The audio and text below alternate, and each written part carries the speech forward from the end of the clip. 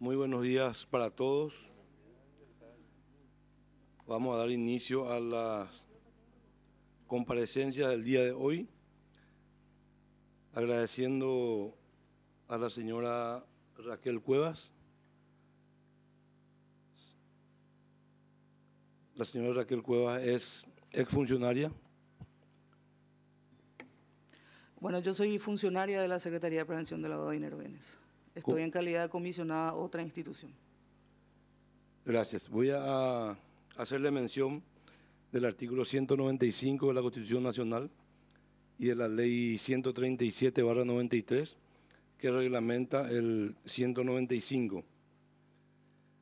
Le pido por favor si puede darnos su nombre completo y número de cédula de identidad. Mi nombre es Raquel Concepción Cuevas Arzamendia. Mi número de cédula es 1.935.072 y como dije soy funcionaria de la CEPRELAN. ¿Su profesión? Soy licenciada en Administración de Empresas.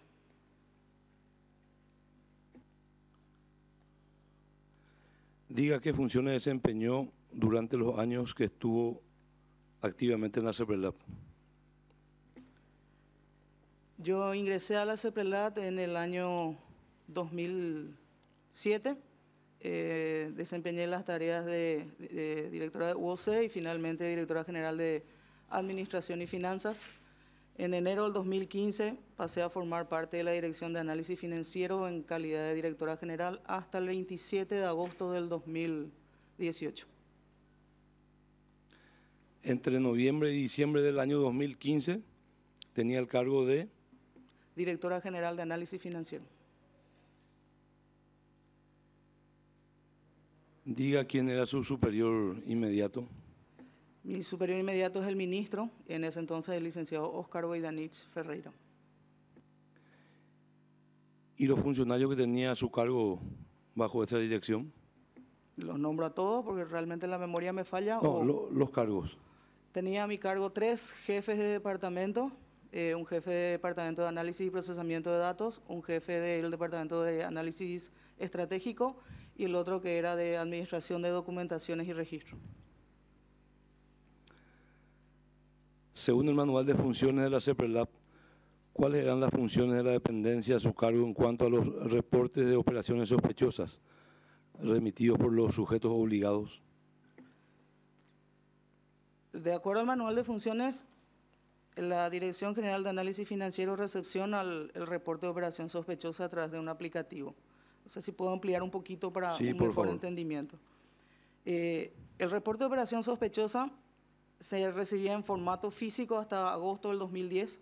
A partir de ahí, con el decreto 4.561 se implementa un sistema que es de punto a punto del sujeto obligado y la CEPRELAT y se realiza ya por un formato electrónico encriptado. En ese sentido, a partir de esa fecha, se recepciona en la Dirección General de Análisis Financiero todos los reportes que diariamente el sujeto obligado remite en razón a sus análisis primarios. Desde el 2010 y hasta el 27 de agosto puedo dar fe de lo que ocurrió, uno en materia de administración y otro ya como jefa del área. Se reciben 2 tipos de reporte de operaciones sospechosas. De hecho, son 2. Uno, el que se refiere a operaciones puntualmente, que son operaciones, servicios, cualquier actividad que el sujeto obligado haya desarrollado con un cliente. Y la otra es del tipo propuesta, en razón a que una persona, sin ser cliente o siendo cliente inclusive, se acercó al sujeto obligado a los efectos de realizar una operación, prestar un servicio o pasar a ser cliente. Estos 2 tipos de reportes se reciben a través del aplicativo ROSWeb. Estas son las 2 condiciones del reporte. Nosotros recibimos esos reportes y los evaluamos conforme a una reglamentación que está basada en un análisis de riesgo, en donde se determinan diferentes criterios para puntuar. Conforme a esa puntuación de riesgo, se elabora el siguiente paso. Si tiene una validación de riesgo baja, queda reservado como información. Si tiene una puntuación del tipo medio, queda reservado como informe adicional y monitoreo en todos los sujetos obligados. Y si tiene una validación alta, el caso se apertura y se inicia el proceso de análisis financiero. No sé si más o menos por ahí. Sí.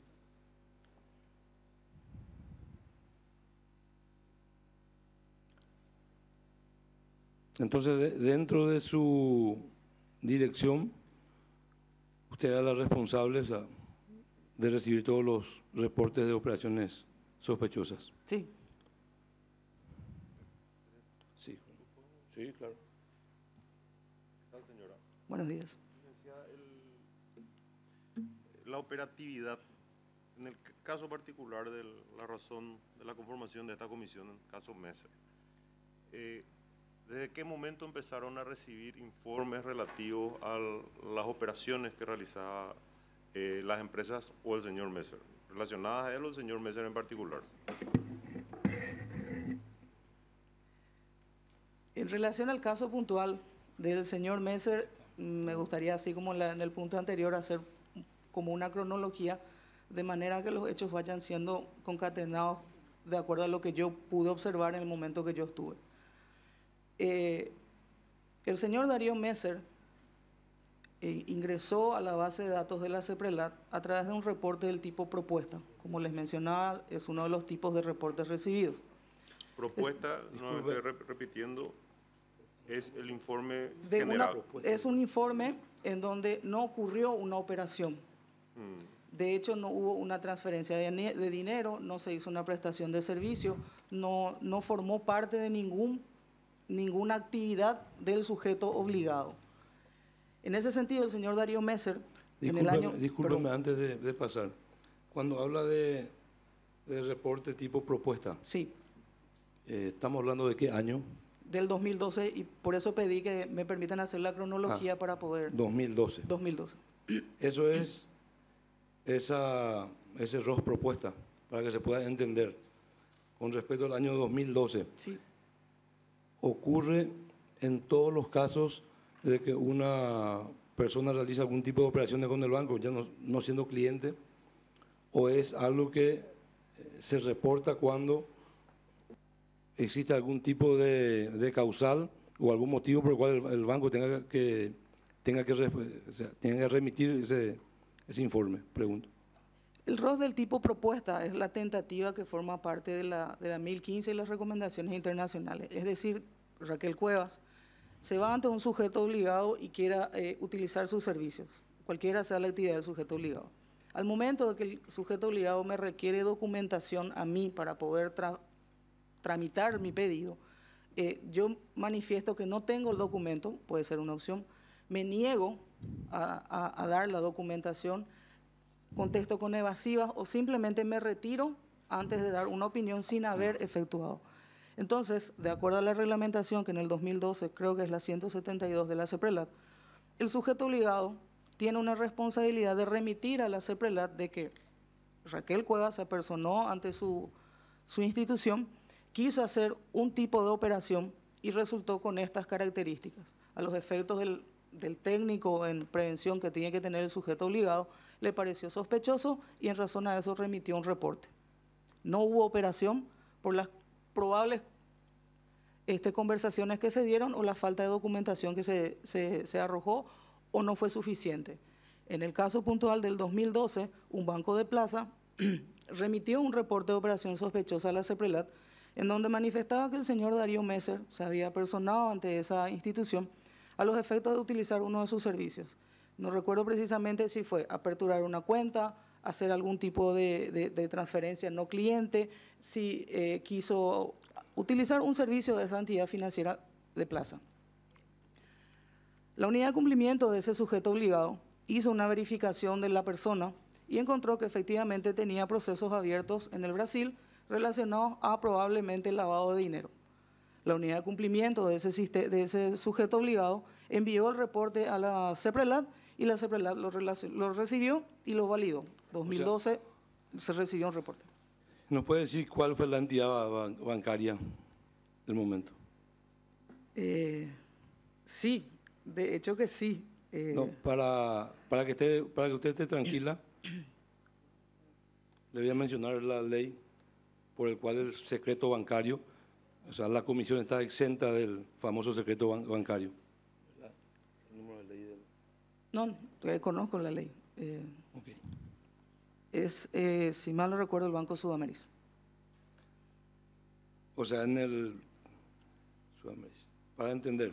En el 2012, la CEPRELAB recibe un ROS propuesta dentro de esa, ya sea por apertura de cuenta corriente, algún motivo Servicio, que sí.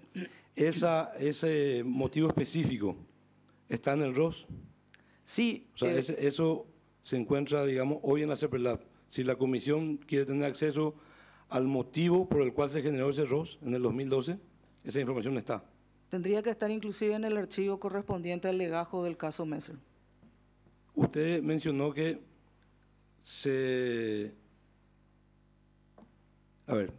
la CEPRELAB o ya el banco remite la información del Brasil donde Messer estaba con reportes de lavado de dinero, o eso lo hace la CEPRELAB. O sea, son varias instancias. Sí. Cuando la persona se apersonó en la entidad financiera, la unidad de cumplimiento del sujeto obligado, ellos tienen una unidad de cumplimiento, hizo el trabajo de debida diligencia, hizo toda su investigación y encontró dentro de sus informes que el señor Darío Messer tenía una causa abierta o estaba siendo investigado, me falla la memoria en ese sentido, pero sí decía algo parecido, en el Brasil y relacionado al lavado de dinero. En virtud de esta información interna del sujeto obligado, ellos, administrando sus riesgos, resuelven no operar con esta persona y rechazar la operación planteada por el señor Darío Messer. A consecuencia de eso también, conforme a la reglamentación de CEPRELAB, ellos remiten un ROS tipo propuesta a la CEPRELAB en el año 2012. Esa es la razón del 2012. Ok. Entonces, eso se remitió a la CEPRELAB. Sí. Y la CEPRELAB, como es un ROS propuesta, no estamos hablando de una operación, digamos, efectiva. Sí. Para que se pueda entender en términos comunes, ya lo tenía fichado a Darío Messer con un ROS propuesta que hablaba de que el sujeto estaba siendo investigado por lavado de dinero en el Brasil. Sí. ¿Y quedó esa información en la CEPRELAB?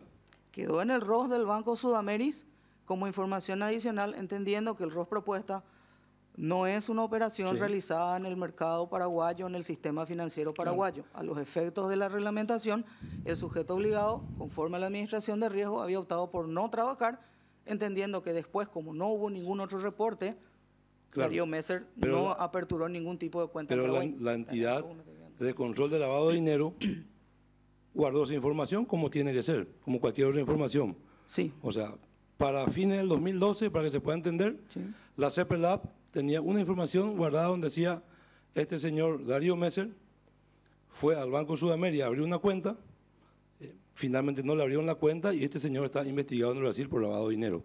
Y punto cerrado, hasta ese momento. No, punto cerrado. No digo, hasta ese momento digo. O sea, quedó ahí guardado porque no hizo ninguna operación. Así mismo. O sea, quedó ahí en luz amarilla. O sea, le encontramos a un señor que está acusado por asesinato en la Argentina y anda por ahí recorriendo sin hacer nada. Más o menos así. Como para que se entienda, ¿verdad? Sí, pero al momento de no aperturar cuenta, Por los eso, efectos de la actividad, claro, él no estaba desarrollando ningún tipo de transferencia ni movimiento. Por eso digo, o sea, el sujeto investigado por lavado de dinero intentó abrir una cuenta y no la abrieron, y punto. Sí, el sistema de prevención, en ese caso particular, tuvo su efecto. No la dejó operar en el mercado paraguayo o en el sistema financiero. Claro, pero es importante, por eso le resalto. La CEPRELAB se queda con esa información. O sea, para fines del 2012, la CEPRELAB sabía oficialmente, no por lo que se pueda decir, que el señor Darío Messer fue sujeto de un ROS propuesta, el cual mencionaba que este señor estaba siendo investigado por lavado de dinero. En el 2012, la CEPRELAB recibió un reporte que mencionaba que el señor Darío Messer estaba en el territorio nacional, en Paraguay, que intentó aperturar una cuenta y un banco de plaza, en virtud de su administración de riesgos, no le permitió operar en esa entidad financiera. Ok.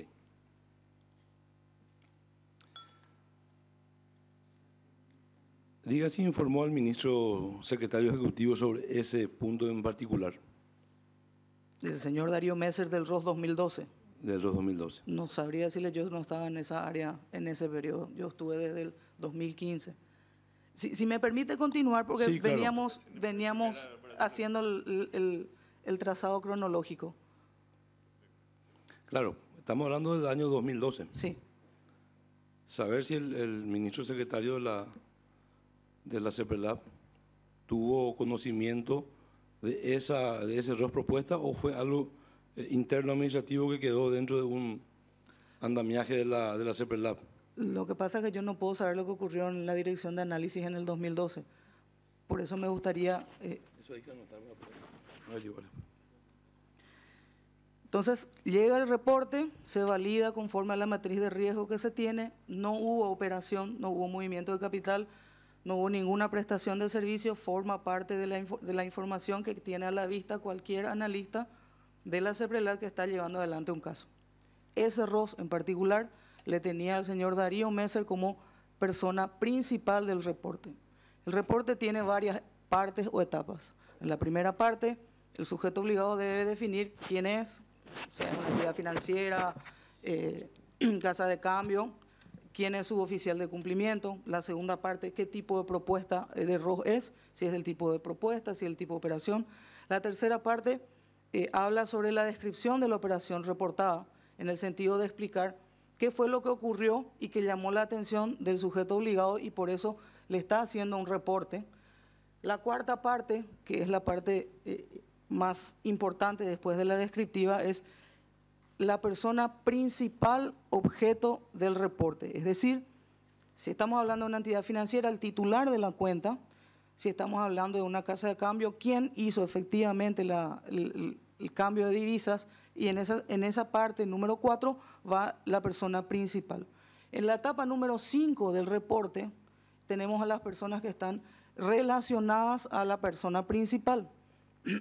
Si hablamos de una persona física, en esta sección se cargaría, si fuera una persona física, la esposa, el hermano, los padres, algún autorizado personalmente por el titular de la cuenta para hacer gestiones en su nombre, cualquier persona que esté relacionada y que el sujeto obligado tenga conocimiento, va en esta etapa o parte del ROS. Después viene la etapa o la parte donde se carga la operación puntualmente, los números de cuenta, los valores de la transacción, a dónde fue, a qué número de cuenta fue, y después vienen otras partes secundarias que siguen formando parte del ROS principal, que es un formulario en línea. Hago esta aclaración por lo que viene después. Ok. En el 2015... Le voy a preguntar ahí, sí, antes que arranquemos en el 2015. Este ROS propuesta o cualquier tipo de ROS, con respecto a una persona jurídica, va al archivo o dentro del sistema informático, o sea, queda registrado con el nombre de Darío Messer o entra dentro de algún tipo de archivo del banco. ¿Por qué le pregunto? En el caso de que se reitere, digamos que después de 3 meses o 6 meses, vuelva a reiterar ese tipo o se vuelve a generar ese tipo de ROS desde otra entidad. O sea, automáticamente la CEPRELAP, en cualquier caso, tiene dentro del sistema informático una relación y una información de que ya ese sujeto tuvo un ROS anterior, o son informaciones que van quedando en cada entidad, en cada sujeto obligado. Los reportes que recibe la CEPRELAP están todos a la vista para hacer consulta en el momento que sea oportuno. Ninguno se archiva ni se desecha. Lo que ocurre ustedes pueden tener conocimiento cuando se vuelva a emitir un ROS desde otro sujeto obligado, sí, no el primero. Sí. Usted inmediatamente le salta al sistema informático que ese sujeto, esa persona o esa compañía ya ha sido, en su momento, se generó un ROS con respecto a él. Siempre y cuando sea actor principal, sí. Y se hace en la segunda etapa de la validación del ROS. Y en el caso del ROS propuesta, ¿se generó la segunda etapa de la CEPRELAP?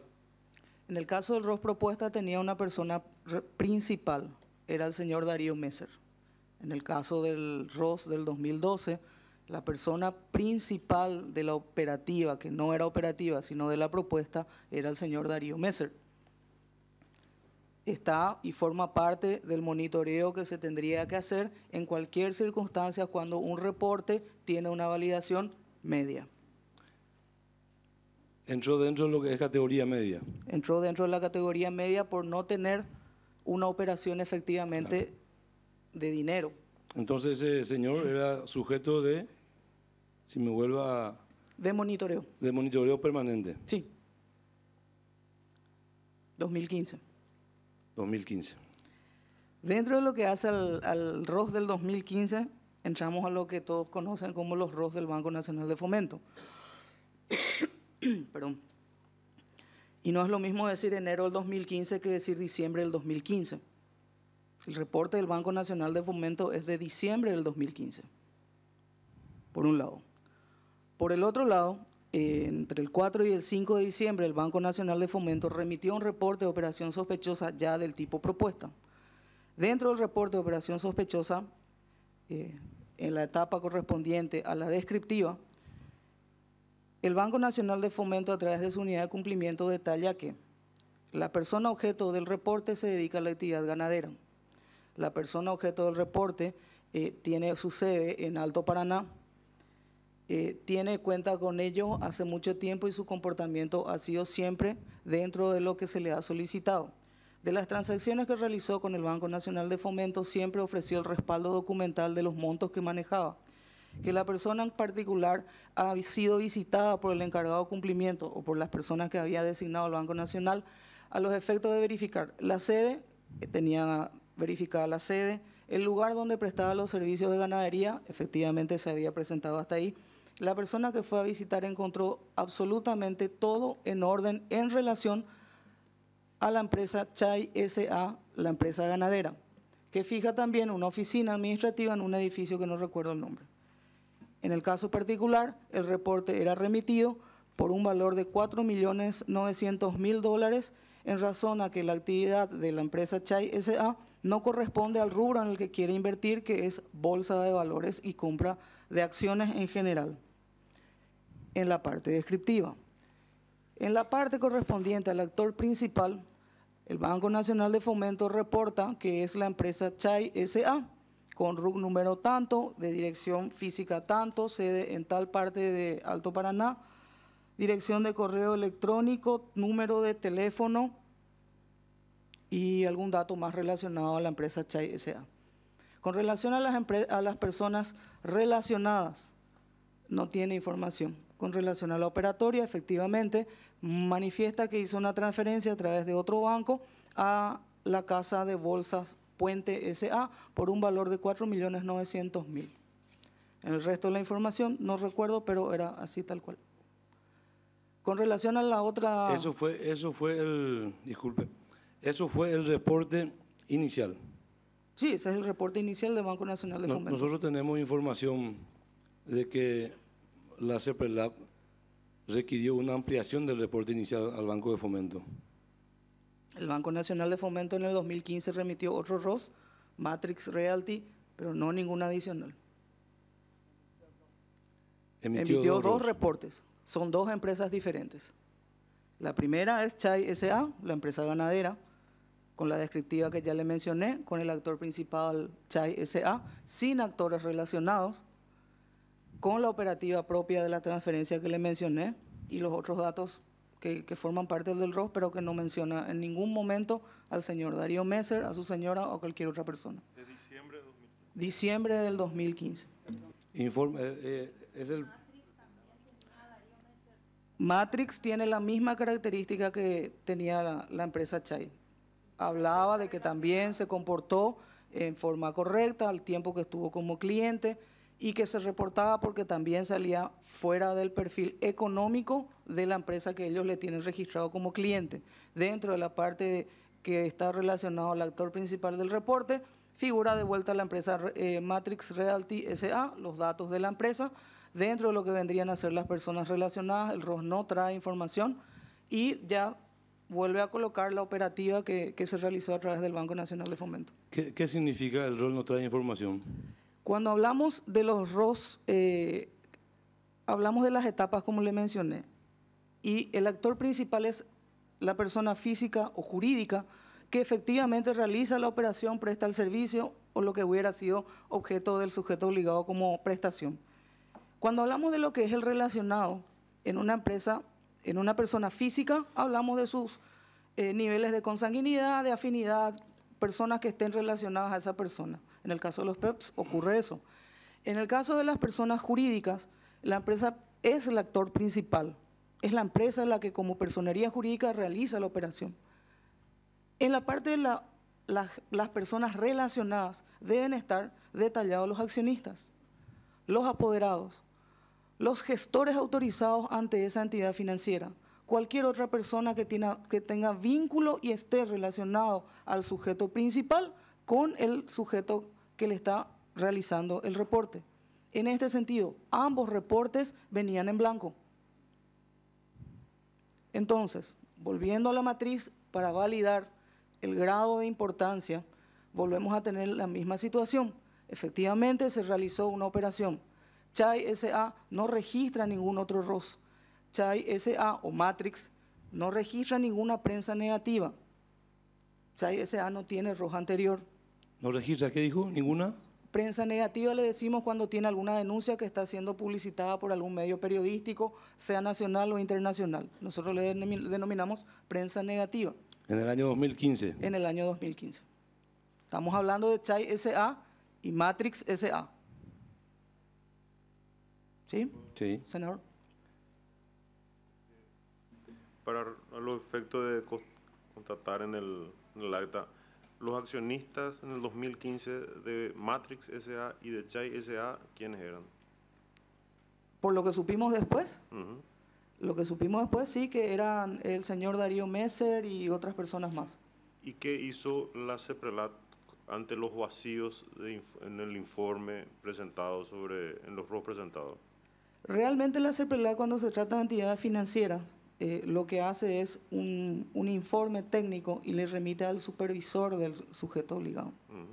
Y en ese sentido se hicieron todas las observaciones, y no puntualmente sobre Matrix o Chai o ningún otro, se hacen informes generales sobre falencias que se estaban teniendo en los reportes. Tenemos falencia, o teníamos, repito, hasta el 27 de agosto, teníamos falencia inclusive en la parte descriptiva, y que en varias oportunidades se hicieron reuniones con los supervisores de cualquiera de los sujetos obligados, de manera que ellos, a través de la supervisión, puedan ir mejorando en la carga de esa información en el reporte. La CEPRELAT recibe alrededor de 100 a 150 ROS por mes. Entonces, la información que tiene a la vista es la información que es analizada, es la información que se contrasta con toda la anterior que se viene administrando. ¿Y a su criterio, qué pudo haber sucedido para que en el 2012 el Banco Sudameris ya informe como sospechoso ante haber tenido a la vista, evidentemente, investigaciones o juicios existentes en Brasil por lavado de dinero, y el BNF en el 2015 no informa absolutamente nada de ese punto? Bueno, a más de esa reflexión hicimos otra más profunda, pero me voy a quedar con esta. A nosotros nos llama la atención, en ese momento nos llamó la atención, de que una entidad haya aprovechado la norma que se le dio, haya hecho la debida diligencia, su unidad de cumplimiento haya recabado la información, haya decidido, por una cuestión reputacional y de administración de riesgo, no operar con esta persona que tenía en otro país investigaciones abiertas. Tendríamos que ver, no soy la persona indicada para ver, cuál fue el criterio del Banco Nacional de Fomento al momento de aperturar la cuenta, qué debida diligencia hizo, cuáles fueron las informaciones que ellos administraron, cómo hizo su control de riesgo, porque cuando hablamos de riesgo hablamos de un riesgo reputacional, y lo peor de todo es que cuando hablamos de un riesgo reputacional y hablamos del Banco Nacional, estamos hablando de un riesgo país. Entonces, más allá, como le dije, nosotros hicimos una evaluación mucho más profunda de ver qué pensó el Banco de Fomento en el 2011 cuando le aperturó la cuenta, sino que tuvimos que hacer una evaluación cuando llega después, en el 2016, la otra información. O sea, hasta ese momento, para nosotros Chai estaba siendo objeto de un monitoreo igual que Darío Messer, pero 6 actividades tiene Chai S.A. dentro de su registro único del contribuyente. Tiene gestoría, tiene gestión de empresas, contabilidad, tiene cría y administración del establecimiento ganadero, tiene un negocio inmobiliario. Esa verificación se hizo para tratar de entender por qué podría estar adquiriendo bonos. Y al momento que se hizo esa verificación, Chai S.A. tenía 6 actividades probables. Una de ellas, la ganadería. La otra, la gestión de empresas. Entonces... Para la CEPRELAT en el diciembre del 2015, ni Chay ni Matrix estaban relacionados a Messer.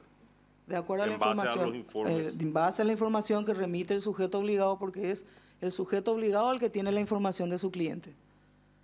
La CEPRELAT no hace, es interesante que pueda decir, la CEPRELAT no hace un monitoreo cuenta por operación diaria y por segundo. Eso hace el sujeto obligado porque él es el que le conoce al cliente, sabe su negocio, cómo se desarrolla y sabe qué actividades puede y no puede hacer. La CEPRELAT se maneja directamente por la sospecha que tiene el que le conoce a la persona y a partir de ahí hace su trabajo de análisis financiero. Entonces, esa es la realidad de los dos reportes del Banco Nacional de Fomento en el 2015. Ambos fueron considerados y fueron colocados en monitoreo en forma separada. No están juntos en un solo, de forma separada. Nos vamos ahora al 2016, septiembre del 2016. Ahí le quiero preguntar todavía algo, por favor. Sí. Cuando hablamos del ROS del 2015, Chay y Matrix entran en la misma categoría de monitoreo que Darío Messer. Sí. O sea, la CEPRELAT no contaba con la información adicional de que Darío Messer era parte de eso. Sí, porque... Era como si ustedes contaban con esa información, me supongo que ya le iba a saltar que tenían un ROS anterior. Pero claro, aquí la CEPRELAT, teóricamente, tiene la información de que Matrix tiene que ser monitoreado, Chay tampoco tiene ni siquiera información de que Matrix y Chay estén ligadas sí, con respecto a apoderados o accionistas. Sí. Lo manejan como empresas totalmente independientes. Sí. Aunque el motivo del ROS sea el mismo. O sea, porque lo que nos dijo lo que dice el informe del Banco de Fomento es que el motivo del ROS es el mismo. O sea, técnicamente es el mismo, técnicamente con las diferencias puntuales de las actividades. Le vuelvo a repetir, en ambas empresas la actividad, digámosle, principal, en una es la ganadera y en la otra es de inmobiliaria, pero tienen actividades secundarias que le permiten probablemente también hacer otro tipo de prestación de servicios o lo que hubiera sido. Ahora, si esa información no está en el reporte, cuando uno está recibiendo 100 a 150 por día, difícilmente se pueda llegar a hacer un trabajo mucho más profundo. La información que trae el reporte es ese, y no traía la información de los principales, que son información que maneja directamente el sujeto obligado reportante. Ok. Entonces la CEPRELAT tuvo ahí, dentro de un sistema, para que quede claro, un sistema de control de monitoreo, a Darío Messer 2012, a Matrix y a Chay S.A. 2015. Sí. ¿Esos reportes vinieron en la misma fecha o hay una diferencia con respecto a la...? Si mal no recuerdo, los del Banco Nacional de Fomento, si no vinieron en la misma fecha, tienen un día de diferencia.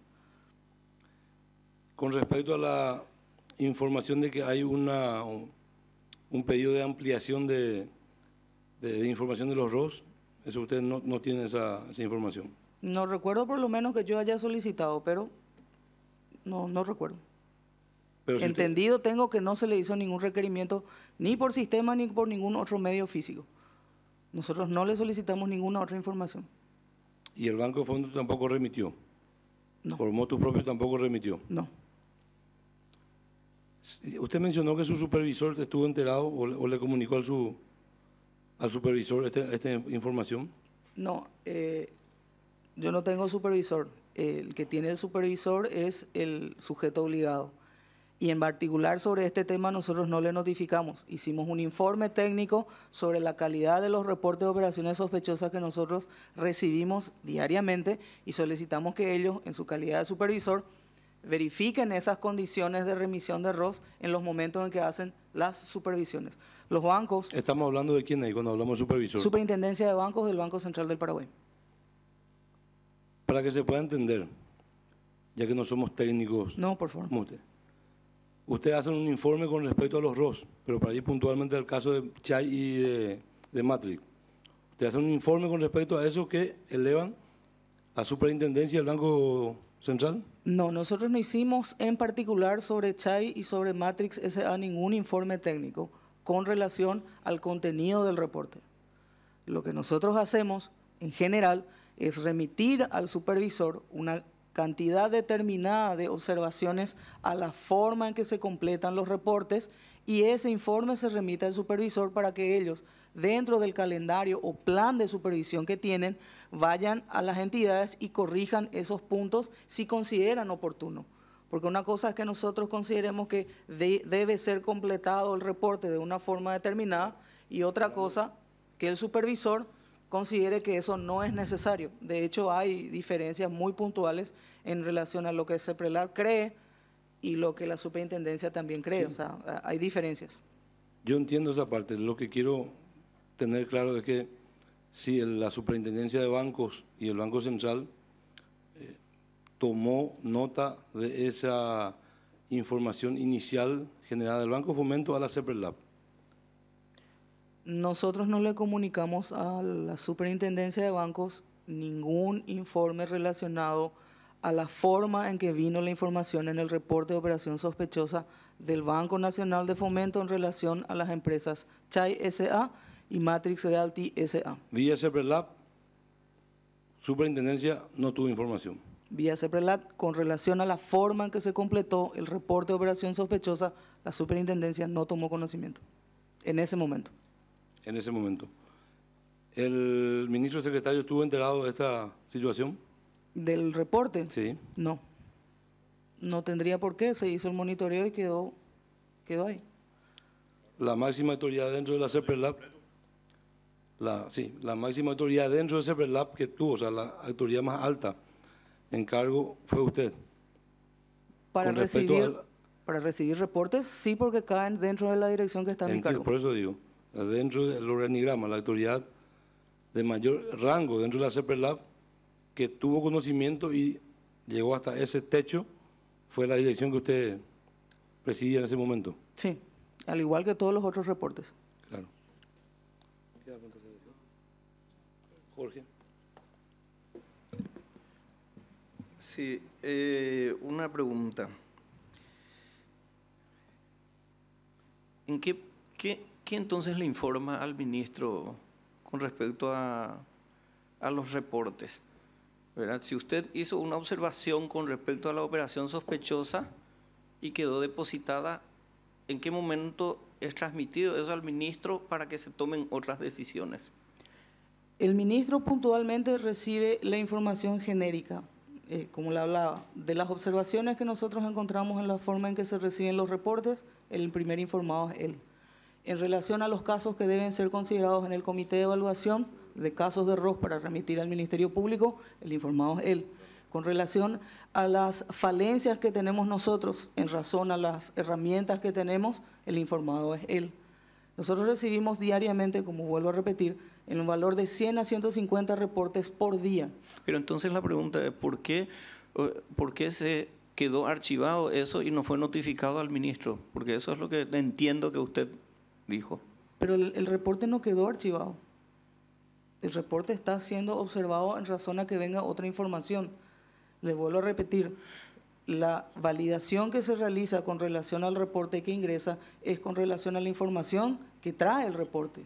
¿Y en qué momento se entera el ministro de esta situación?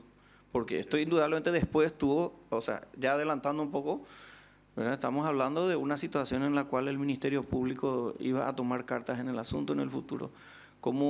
¿En qué momento se entera entonces el ministro de esto que usted procesó de este ROS? Estamos en el 2015, 2015. O sea, me falta el 16, el 17 y el 18. No. El problema es que me voy a adelantar si le informo. Él toma conocimiento cuando el caso va al comité de ROS. Como todos los otros casos que se van analizando y que van finalizando. En diciembre del 2017. Diciembre de 2017. Otra pregunta quiero plantearle, sí. A ver, el sistema, el ROS Web. Sí. El ROS Web no identifica, no tiene sus componentes entonces. Por ejemplo, Chay, Sociedad Anónima, ¿verdad? Y la web, la aplicación de la CEPRELAT no tiene la identificación de sus componentes para otras consultas. Por ejemplo, el tema de accionistas. No. No tiene. No tiene.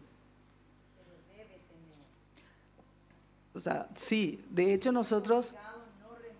el módulo del aplicativo ROSWeb tiene 5 etapas. La primera es la relacionada a la recepción del reporte de operación sospechosa, que es la que les mencioné, que viene en un formulario en línea encriptado.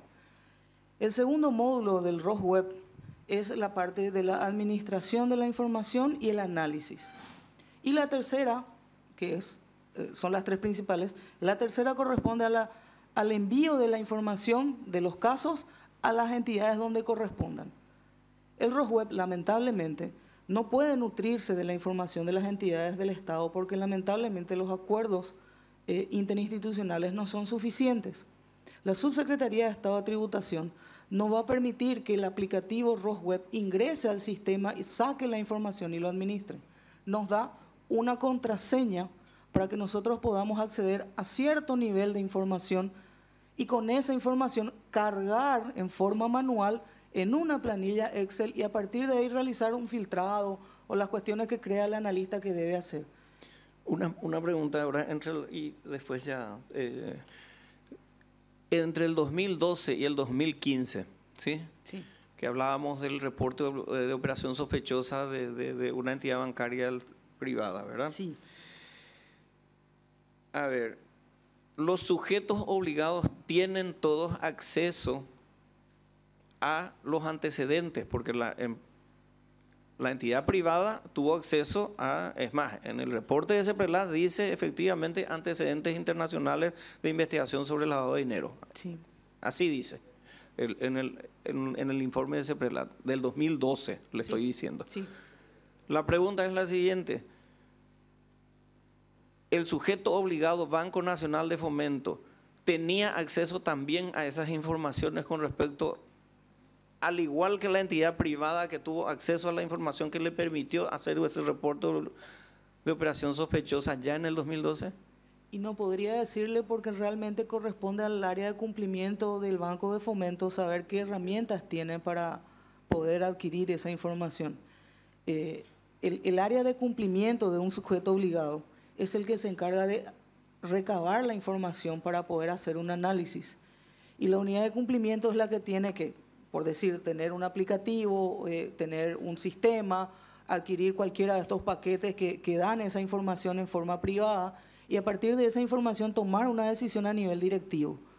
Lo que nosotros a través de la reglamentación que ya después la 172 tiene, pero deja de tener vigencia y ingresa la 349 en el 2013, con esa reglamentación lo que se hace es trasladar más información a la unidad de cumplimiento para que ellos puedan tomar sus decisiones.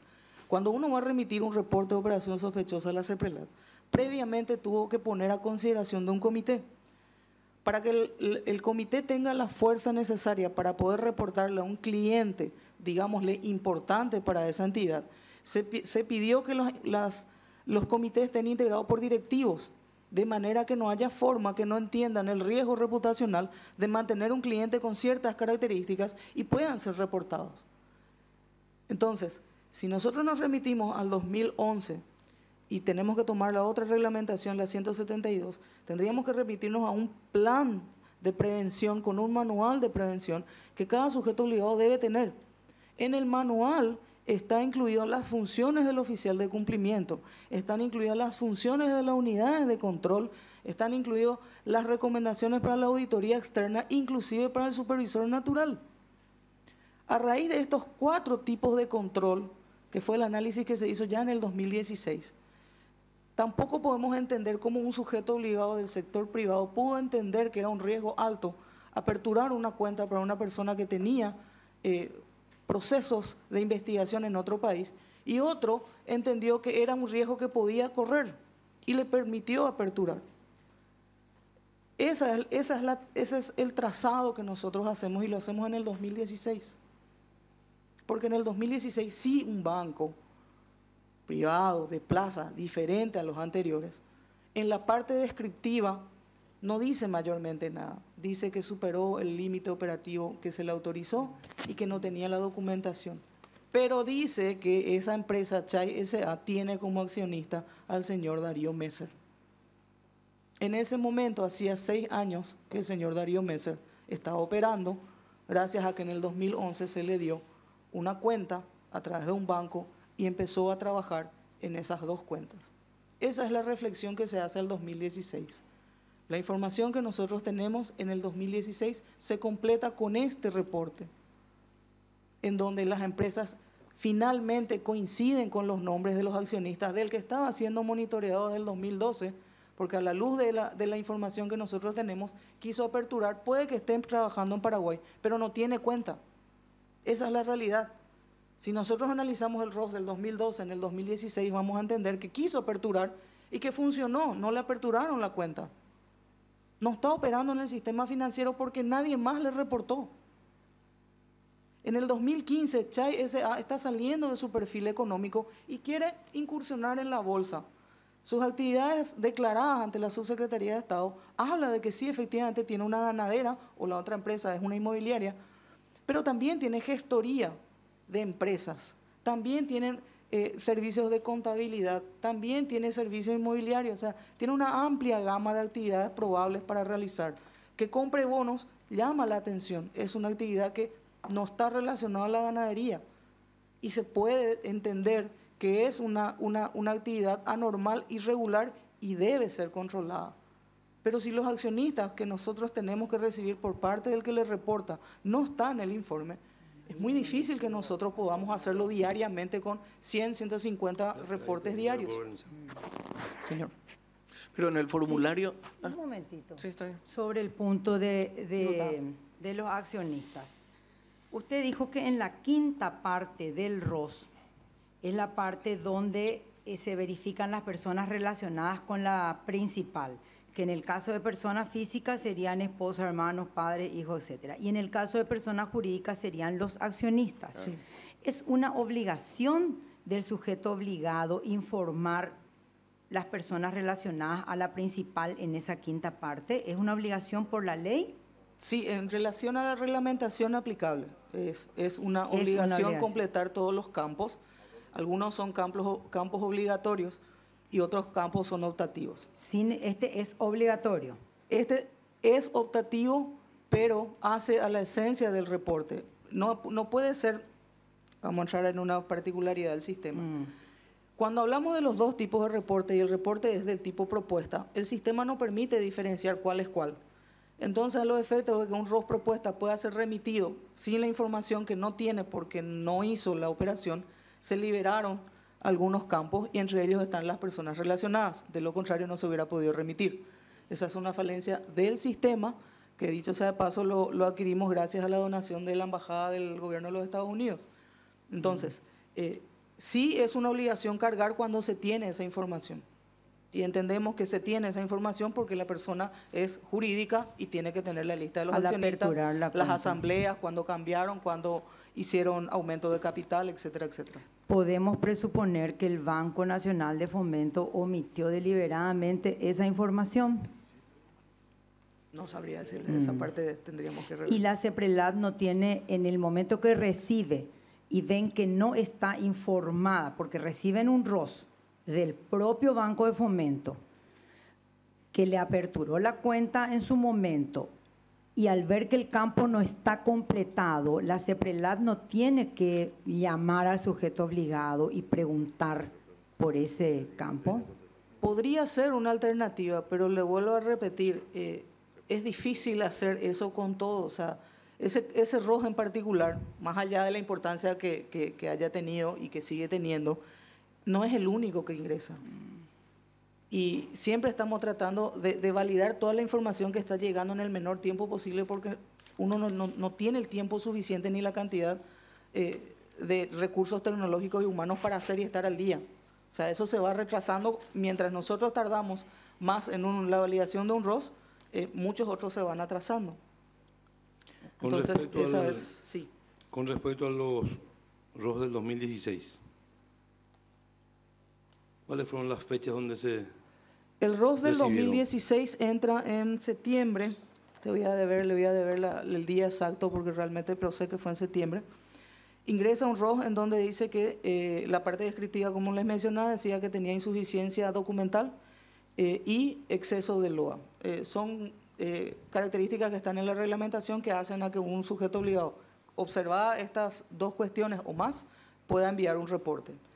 Y en ese sentido se entiende insuficiencia documental es que la documentación que presentó como respaldo de la transacción que iba a hacer era insuficiente, y cuando hablamos de insuficiencia de LOA hablamos de que uno tiene autorizado una cantidad de dinero mensual para mover y que ese valor que se le autorizó superó. Entonces estamos hablando de una persona que tendría posibilidades de mover, por dar una cifra, 5.000 millones de guaraníes, y entendemos que movió mucho más de 5.000 millones, y cuando se le pidió una justificación y una documentación no lo presentó, o lo que presentó no satisfizo a la unidad de cumplimiento de ese banco en el 2016. Viene la empresa Chay, de vuelta, es la persona principal del reporte. Viene la parte descriptiva que vino antes, que ya les expliqué, viene el principal. Y en la parte de personas relacionadas viene el señor Darío Messer como accionista de la empresa. En ese momento se levantan las alertas de los tres reportes, de los dos reportes que tenemos, porque Matex todavía no entra en ese momento. Entran por Chay, que estaba bajo monitoreo por el del 2015, entra Darío Messer por el reporte que estaba siendo objeto de monitoreo del 2012. Esos tres ROS se traen y se hace el requerimiento de información complementaria. Eso es un proceso que se hace por sistema. Tenemos en ese entonces, creo que eran 16 bancos, 26 casas de cambio, 7 u 8 bolsas de valores, tenemos las financieras, los números realmente no recuerdo cuántos es cada uno. Se remitió a todos ellos la posibilidad de que informen, sí, Darío Messer, los otros accionistas de la empresa, Chay S.A., Darío Messer, Chay S.A. y los otros accionistas tenían cuentas con estos sujetos obligados. 4 días tiene la reglamentación para que el sujeto obligado informe. Se remitió la información a la CEPRELAT, que viene en un CD, no es por sistema, con la documentación de respaldo en formato físico, los papeles. A partir de ese momento se inicia el proceso de análisis y se hace una evaluación de campo con el área de análisis financiero. Y acá va lo que mencionaba el senador Crey hace rato. Ahí le voy a interrumpir un poco. Sí. Cuando habla de que no tenía la documentación necesaria con respecto a la transacción, ¿estamos hablando de una transacción que indicaba el ROS a nivel local o una transacción a nivel internacional? En cuanto al ROS del banco, al banco que reportó Banco en el Continental. 2016, sí. Sí. En relación a ese reporte, hablaba de 4.000 millones, y no recuerdo muy bien si era la transacción. Le pido disculpas, realmente hace rato pasó, no me acuerdo bien cuál fue el objeto del movimiento. Esas fueron las características del reporte, que era algo así como 4.500 millones. Y en la reunión técnica que tuvimos, hicimos justamente este análisis.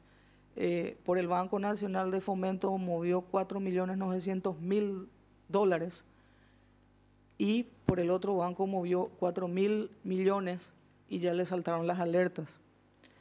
Y ya vino con más información. A la luz del 2016… A ver, perdón. Sí. Habla de una reunión técnica. Sí, en el área de análisis, que es el que va… Después de que recibió en el ROS y después de que recibió pasaron los 4 días para recabar información. Durante el proceso de los 4 días ya se hacen las reuniones técnicas. Ahí hicieron. Sí. Y usted dice que, a ver, aquí tenemos un tema por 4.000 millones y un reporte casi incompleto, es lo que entendí, de 4.900.000 dólares. O sea, le llamó la atención a ustedes de que por 4.000 millones viene una información mucho más extensa, digamos, con respecto al accionista y todo eso, y con respecto a una operación de 4.900.000 dólares, no fue así. Eso es lo que entendí que usted dijo, ¿verdad? No comprendí muy bien, pero voy a tratar de explicarme de vuelta a lo mejor ahí. O sea, tuvieron una reunión técnica. Sí, tuvimos una reunión Evaluaron técnica. Toda la información disponible. toda la información. ¿Y cuál fue la evaluación con respecto a que por los 4.000 millones remitidos por Banco Continental genera estos campos que usted habló que sean obligatorios, no vinieron todas completas? O sea, vino Chay, creo que fue. Chay. Vino no solamente que Chay tuvo un problema, sino vino toda la información de que los accionistas de Chay, los representantes legales y toda la información extra. Sí. ¿Y cuál fue la conclusión en la comisión con respecto al primer reporte de 4.900.000? Realmente el análisis que se hace es de cómo se pudo haber determinado el perfil financiero de una empresa en una entidad y cómo se hizo el perfil financiero en la otra entidad. ¿Cuáles fueron los documentos que tomó en cuenta la entidad número 1, Banco Nacional de Fomento, para darle un LOA, límite operativo autorizado, de más de $4.900.000? ¿Y cuál fue el criterio que tomó el otro banco dentro de su facultad para darle un perfil de 4.000 millones y que ese haya sido superado? Estamos hablando... O sea, probablemente menos, ¿verdad? Porque probablemente, si por 4.000 saltó, probablemente menos. Entonces, menos. ¿cuál fue el criterio de un sujeto obligado para darle $5 millones como LOA y para darle al otro menos de 4.000 millones? No guardan relación.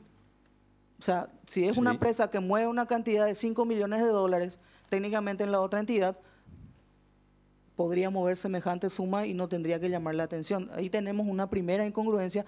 Interín se aguardan las documentaciones de las transacciones que se fueron realizando. ¿Y a usted le llamó la atención esa situación? No, en realidad me llamó la atención que hacía 6 años que la plata estaba en el Paraguay. ¿Cómo? Esa es la realidad. En realidad me llamó la atención que hacía 5 años el dinero estaba en Paraguay, operando sin ningún tipo de reporte. Eso me llamó la atención. Esa fue la conclusión en el 2016. Hacía 5 años que el dinero estaba operando a través del Banco del Estado con 2 empresas debidamente acreditadas, pagando seguramente sus impuestos, y tuvo que ser una entidad financiera privada la que hizo el reporte completo con toda la información. Usted me preguntó mi opinión técnica, esa fue mi opinión técnica. En el 2016, en octubre del 2016, cuando se visualizó, se analizó y se abrió el caso para Chay S.A., que es el que se envía al Ministerio Público. Ok. ¿Ustedes hacen esa remisión a los sujetos obligados? ¿Tienen 4 días para remitir la información vía magnética y información impresa? Sí. ¿Cumplieron toda esa... Cumplieron algunos, sí. La mayoría informó que no tenían vinculación con las personas que nosotros le habíamos individualizado, y las que tenían la enviaron. ¿Y cuál es el siguiente paso? Bueno, en razón a la información que va viniendo, tenemos... Estamos hablando de septiembre del 2016. Octubre. Octubre. En razón a esa información en la reunión técnica, lo que se estima, porque en este momento el sistema... Perdón, disculpe. Reunión técnica. ¿Quiénes participan de la reunión técnica? Mi jefa de análisis y procesamiento de datos y los otros 2 que están conmigo colaborando, que son los otros 2 jefes de departamento, que se le dice analista senior, pero en realidad son los otros 2 jefes. Esa reunión técnica se realiza en mi oficina. ¿Su jefa? La jefa del departamento de análisis y procesamiento de datos, la que está debajo, en la estructura organizacional. Entonces... ¿Cuál es el nombre, por favor, si recuerda? Melissa Parodi. Ya le había mencionado el licenciado Onsu. En esa reunión técnica, lo que se evalúa es, como le dije, que hacía 5 a 6 años el dinero estaba en Paraguay y no había sido reportado. Recién en el 2016 se hace la vinculación y que había comprado los bonos. Se vincula a Fomento. Que había hecho otra adquisición, se vincula al otro banco continental. Entonces, ¿qué queda por hacer? Porque la parte preventiva ya es inútil, ya el dinero hace 5 años está acá, ya se está moviendo, ya se está comprando, está adquiriendo bienes, está prestando servicios, volvió a vender. O sea, la parte preventiva en esta instancia creo que ya es innecesaria, ya fue vulnerada. Lo que queda ahora hacer como unidad de inteligencia financiera es establecer la ruta. Lo que se tiene que hacer ahora es determinar cómo se inició, quiénes están a través de estas empresas moviendo el dinero, cuál es el destino que se le da, dónde va el dinero y a través de qué sistema se está utilizando, porque hay que establecer claramente el esquema que se utilizó para lavar en el caso de que se pueda comprobar que efectivamente el dinero era de origen ilícito. Esa es la reunión de trabajo que se establece. Porque como usted y todos escucharon acá, recién en el 2016 a nosotros nos llega la información completa y aperturamos un caso. Okay. Lo primero que se toma en cuenta es que en el 2012 tenía un caso abierto en el Brasil. Y a diferencia de lo que por prensa se estuvo diciendo, el Brasil nosotros le solicitamos la información en octubre del 2017. El Brasil responde en noviembre del 2017. ¿Cómo? Discúlpeme, ¿cómo dijo? Que recién en noviembre del 2017 pidieron información al Brasil. Perdón, 16, estábamos en el 16. 16. Okay. ¿Cuándo? ¿Perdón? ¿Cuándo llegó la información? Más de un mes después. Las unidades de inteligencia financiera del mundo, que donde se aglutinan a través del grupo Egmont, no le dan un trámite inmediato. O sea, realmente ellos hacen el requerimiento a las otras entidades, igual que Paraguay. O sea, si nosotros recibimos una información de otro país a través de la unidad de inteligencia financiera, si nosotros no tenemos nuestra base de datos, vamos a hacer el requerimiento. Y es una información de tercero que lleva su tiempo y después informamos. Lo mismo ocurre con nuestros pares con Paraguay. En el 2000, el ROS, le di un poco hacia atrás, del 2012, sí. Habla de que tuvieron información con respecto a procesos en el Brasil. Eso remitió el banco. Sí. En su momento. Sí. ¿Ustedes no hicieron el requerimiento vía CEPRELAB? O sea, vía este sistema que estaba hablando. Egmont. ¿No hicieron el requerimiento? En el 2016. 2012 no. En el 2012 no hizo operaciones acá en Paraguay. En el 2016. En el 2016. ¿Ese sistema funciona a pedido de partes? Sí. Y en el hasta el 2016 el Brasil no hizo ningún tipo de solicitud con respecto a eso. No. No estaba en el sistema. No hizo ningún aviso. Realmente lo que ocurre, hay dos tipos de informaciones, las que son de a solicitud y las que son por colaboración, que son de iniciativa. Cuando son de iniciativa, uno a través de los casos que va llevando adelante, tiene la gentileza de enviar a la UIF una información que la UIF puede llegar a utilizar porque es una operación que se realizó en su país. La UIF tiene esa información. En nuestro caso no hubo. Ok. Entonces se reúne el comité técnico, define una hoja de ruta a seguir. Realmente queremos la hoja de ruta de cómo se hizo el movimiento, claro, del dinero. Define una hoja, cuando hablo de una hoja de ruta es de hacia dónde va a apuntar la investigación. Te dice que, bueno, vamos a rastrear el dinero. Sí. Y inicia la investigación. Así mismo. ¿Cuál es el siguiente paso?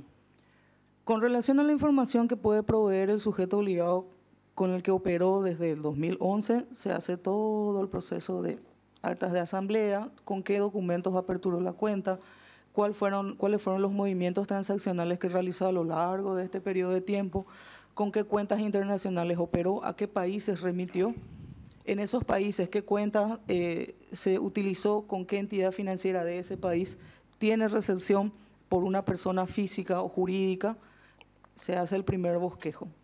Con ese primer bosquejo uno puede entender a través de las actas de asamblea de que pudieron haberse incorporado nuevas personas a la empresa, pudo haber habido en algún punto un incremento del capital social y el aporte de cada uno de los socios, pudo haber salido un accionista incorporado a otra persona.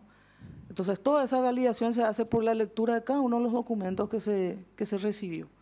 Y estamos hablando de actas de asamblea, estamos hablando de extractos de cuentas, estamos hablando de movimientos de cambio, estamos hablando de autorizados que fueron a hacer una gestión. Y en esa primera parte, que lleva un tiempo, no es medible porque depende del cúmulo de la información que se tenga, en esa primera parte se llegó a tener 6 nuevos integrantes del análisis que debía hacerse. En principio era Chay, Messer, su señora, y creo que hasta ahí, 3. En la segunda instancia, ya con el análisis de la información recopilada, teníamos 8 personas más que teníamos que incorporar, que son entre personas físicas y jurídicas. En esta instancia entran lo que hoy tenemos como conocido el señor Juan Pablo Viveros Cartes, las otras empresas que estaban vinculadas, Pegasus, etcétera, etcétera. En esta instancia, que ya no es, ni es octubre, ni es noviembre, ni es diciembre, ya estamos en el 2017, se tiene que hacer un nuevo requerimiento. Y se vuelve a hacer una reunión técnica sobre cuáles de estas 8 personas vamos a continuar analizando, porque depende de la importancia y del peso que tiene la transacción que hizo para que nosotros le podamos requerir y continuar el rastro del dinero. Y se vuelve a hacer una reunión técnica y se toma aquellos que tienen mayor movimiento, aquellos que son más frecuentes, se toman una serie de datos. Y acá se vuelve a hacer una verificación de la pertinencia de la información y la oportunidad. Pertinencia y oportunidad. Cuando nosotros tuvimos el caso de la experiencia muy cercana, que es el mega lavado, nosotros teníamos la posibilidad de establecer vinculaciones por más de 20 empresas. Cuando nosotros hicimos el primer informe, tratamos de cerrar con una cantidad determinada de 12 empresas, entendiendo que con esas 12 empresas se podía tener la oportunidad de hacer rápido un procedimiento y después, con la investigación que corresponda ya a otra instancia, se puedan ir vinculando a las otras empresas. Se requirió de vuelta a las otras empresas y este es el proceso en donde todavía no tenemos cerrado. Entonces, nos mantenemos en que hay un momento en donde nosotros tenemos que cerrar con las personas principales en el momento oportuno para que eso tenga un valor y se pueda inmediatamente tomar las decisiones correctas. De las 8 personas tomamos 4, 2 personas jurídicas y 2 personas físicas. Se volvió a hacer el mismo requerimiento, información transaccional con todas las personas involucradas dentro del sistema financiero, con las otras entidades con las que también hay movimiento y hay, son sujetos obligados. Se empezaron a verificar toda la parte de las escribanías, se hicieron movimiento de bienes, se hicieron transacciones, se hicieron compra-venta de bienes, toda la parte de lo que es el registro inmobiliario, automotor. Si era de ganado también se hizo la consulta para ver si por guía de traslado podíamos verificar si efectivamente se compró o no, o eran las mismas que iban y venían una y otra vez. Se hizo una serie de diligencias y se esperó la información. Interín, se siguen trabajando en otros casos y en este también. Cuando se cerró el caso, terminó la información que se tenía, se elaboró un informe de inteligencia financiera, se terminó y se remitió a la Dirección General de Asesoría Jurídica. La Dirección General de Asesoría Jurídica… ¿Usted recuerda cuándo fue el último pedido de informe o la última gestión que se hizo dentro de la investigación? ¿En qué fecha fue? Creo que fue en el mes de marzo o abril y no volvió la información. ¿Marzo-abril? Marzo o abril del 2017. Esa fue la última, o sea, el último requerimiento de la investigación. El último requerimiento antes de su cierre. Antes de su cierre. Sí. ¿Y se cierra cuándo? Nosotros cerramos en junio del 2017. Junio del 2017. Junio del 2017. Para que se pueda entender.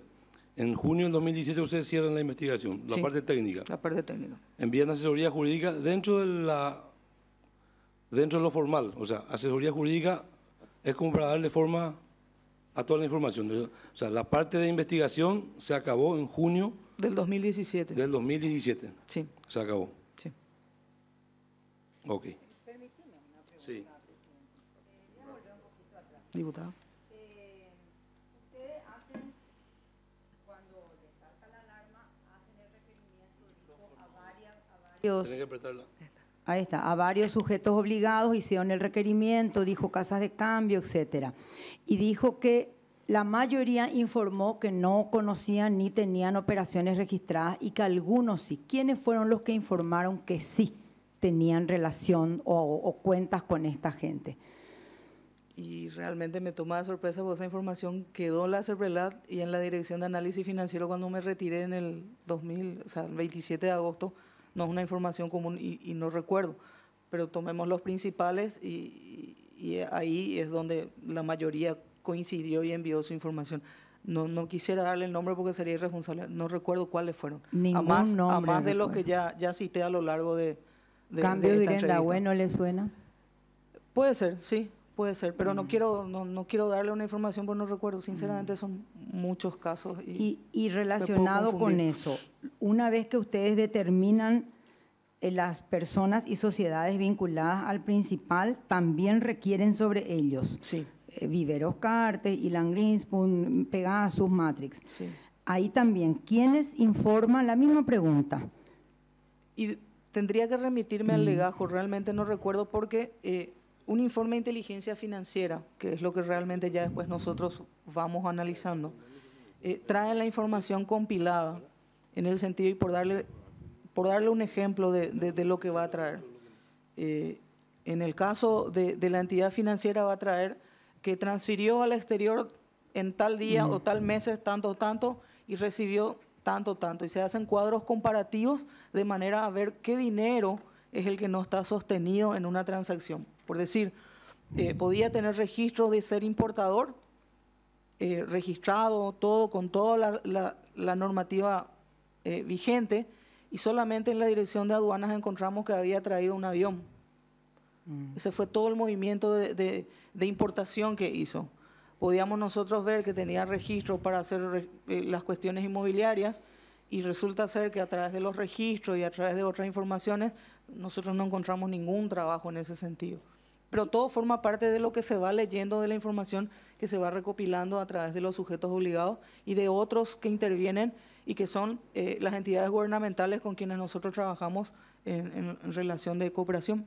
¿Y no le suena Banco Amambay o BASA entre los que informaron? BASA aparece cuando también es parte de un proceso de bonos del Tesoro, de la adquisición de bonos del Tesoro. En ese momento sí también aparece Banco Amambay en ese entonces, porque creo que BASA es una cuestión que se hace ahora. Y aparecen también otros bancos relacionados. O sea, sí, efectivamente está también Banco BASA. Dentro del periodo, de investigación también le salta que el Banco Amambay, creo que cuando eso. Banco Amambay hizo parte de algún tipo de transacción con respecto a bonos. Sí, creo que sí, por eso le digo, yo no tengo a la vista el informe, realmente tendríamos que revisar, que está en Fiscalía, inclusive con el negajo. Sí, no recuerdo si fue en forma particular de Darío Messer o alguna de las empresas. No recuerdo. Tendría que Pero sí revisar. recuerda que dentro de los reportes que vinieron, dentro de la investigación inicial de CEPRLAB, se hablaba del Banco Amambay, compra de bonos.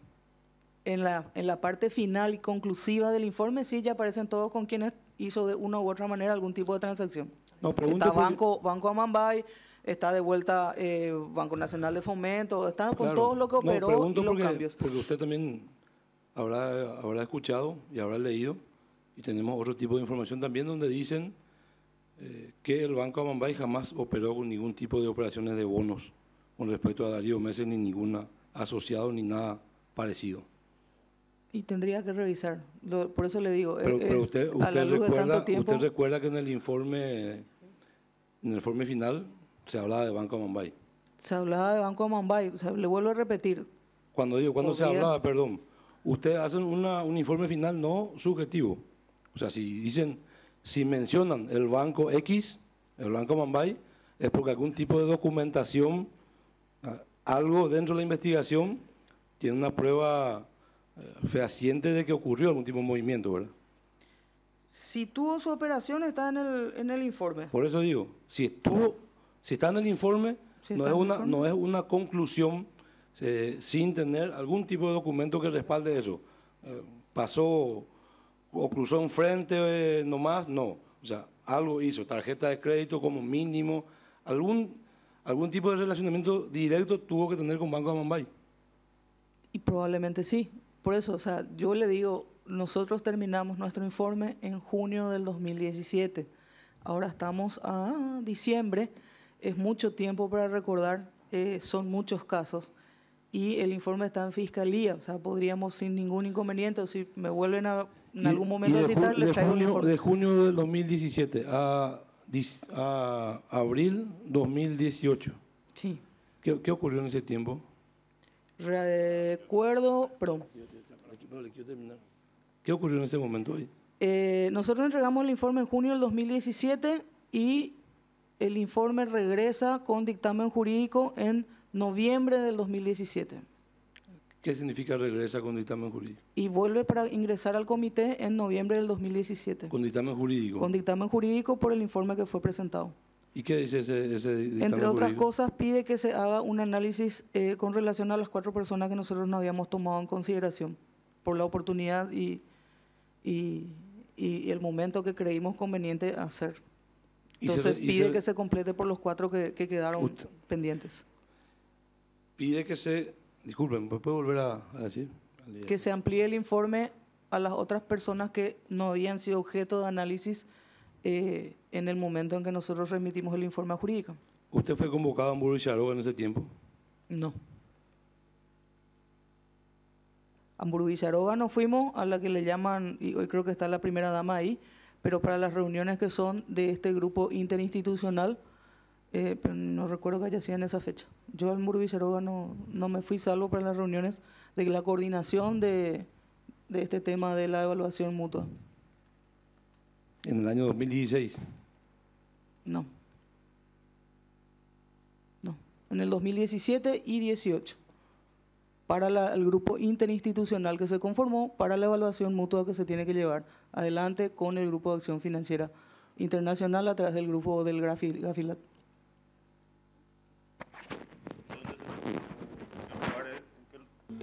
¿En qué lugar fueron convocados ahí donde era la primera dama, dijiste? Sí, las reuniones se hacían en una casita amarilla, creo que le dicen, que era antes de la primera dama. Ahí se hacían las reuniones Ahí de ese acostado la grupo. guardia. Sí, que es el grupo interinstitucional. Ahí me fui y estuvo en Por 2 o este 3. tema, no por... No, por el grupo de trabajo interinstitucional, se hacían reuniones, estaba el consultor externo, creo que en ese entonces sí, ya se le había contratado, y se establecieron los trabajos que tenía que hacer cada entidad. El ministro de la CEPRELAB ya estaba enterado desde el inicio de la investigación, me supongo. Él se entera cuando entra al comité en diciembre del 2017. Diciembre del 2017. Sí. O sea, cuando vuelve del departamento jurídico, se pone a consideración del comité. Ese y 20 casos más. No, estamos hablando sobre este punto específico. Junio del 2017 terminan, ustedes remiten a Jurídica. Sí. Se toman julio, agosto, septiembre, octubre, noviembre, 5 meses para decirles faltan que vuelvan a investigar sobre 4 personas más. Sí, son 5 meses. No, ahí recién se entera el director de la CEPRELAB, el ministro. Cuando va al comité, porque tenemos 2 posturas diferentes. Uno es el de la Dirección de Análisis Financiero, que dice que con esto ya es suficiente, y otro que dice que no es suficiente y que hay que agregarle los 4 más. Pero el ministro de la CEPRELAB estuvo aquí y dijo que estaba enterado de la investigación. Sí, no al final. En el comité, diciembre del 2017. Él mencionó acá que ya estaba enterado de la investigación, dentro del proceso todavía. Nosotros no fuimos. Habría que ver qué otra instancia tuvo conocimiento. Usted termina en junio del 2016. 7. Junio del 2017. Habló de prensa, ¿cómo dijo hace rato? ¿Prensa negativa? O sea, usted no sabía que para junio del 2017 el tema de Messer era un escándalo, hacía viajes oficiales con el presidente de la República, estaba siendo investigado, ustedes tenían toda una investigación final. Eso no fue objeto de sentarse mínimamente a decirle al ministro de la CEPRELAB, miren que hay una investigación, hay una conclusión. Absolutamente. No forma parte. Disculpe que le diga de esta manera, ustedes vivían dentro de una burbuja casi de cemento, o sea, no estaba enterado absolutamente de nada de lo que ocurría con el señor Messer. No sabíamos. Sí, tenía los conocimientos del informe que estábamos haciendo. Solamente fuera eso. De esos informes, no. Y remite a Jurídica, vuelve después de 5 meses. Se tomaron el tiempo 5 meses para decir faltan que se vuelva a investigar por sobre 4 personas más, noviembre. ¿Y ustedes vuelven a remitir cuándo? ¿Remitir a dónde? Le volvió, lo de Jurídica le vuelve en noviembre del 2017. Y en diciembre ingresa al comité en donde se establecen las 2 posturas. Nosotros creemos conveniente que el informe está completo para ser remitido. Las personas que están faltando que sean analizadas se puede hacer a través del Ministerio Público. Y el otro criterio que dice que no, que se requiere a las otras personas para terminar de hacer el trazado de lo que pudo haber ocurrido en el esquema que se estaba planteando en el informe de inteligencia financiera. Lo que pudo haber ocurrido en los 5 meses en el área jurídica es otra área, no puedo yo saber. Yo estoy trabajando en un Análisis financiero. Y el comité se reúne en diciembre y decide remitir al Ministerio Público. No, que se haga el análisis. Que se haga el análisis. Sí, que se amplíe. ¿Quién resolvió eso? Y Ahí sí ya es una decisión del ministro. Esa es postura jurídico. Sí, Él- toma la cuestión jurídica como principal y ordena que se haga. Una cosa, licenciada, cuando usted solicita un informe a Brasil sobre de qué se le investiga o qué juicios tienen, ¿qué contestan y cuándo se contestó eso? La respuesta de la UIF de Brasil viene en el mes de noviembre del 2016 y dice que está siendo objeto de un proceso de investigación por lavado de dinero, él, su esposa y otra persona más. En razón a esa investigación, hablan de que es por actividades fuera de su perfil, es por movimientos relacionados a dinero no justificado y algunas cuestiones más o menos de ese estilo. ¿No existía juicio? ¿Era una investigación? Era una investigación de la unidad abierta. financiera? En el 2016 era una investigación abierta. Diputado. ¿Quién era el asesor jurídico en ese momento? El señor Alejandro Dávalos. en diciembre del 2017 el comité, o sea, el ministro decide que va a tomar la posición jurídica o el departamento jurídico y eso vuelve a... Y vuelve a análisis para que se haga la investigación de los que quedan pendientes. Y volvió a análisis. Sí. Y comenzaron, o sea, siguieron desde enero del 2018 Hasta abril.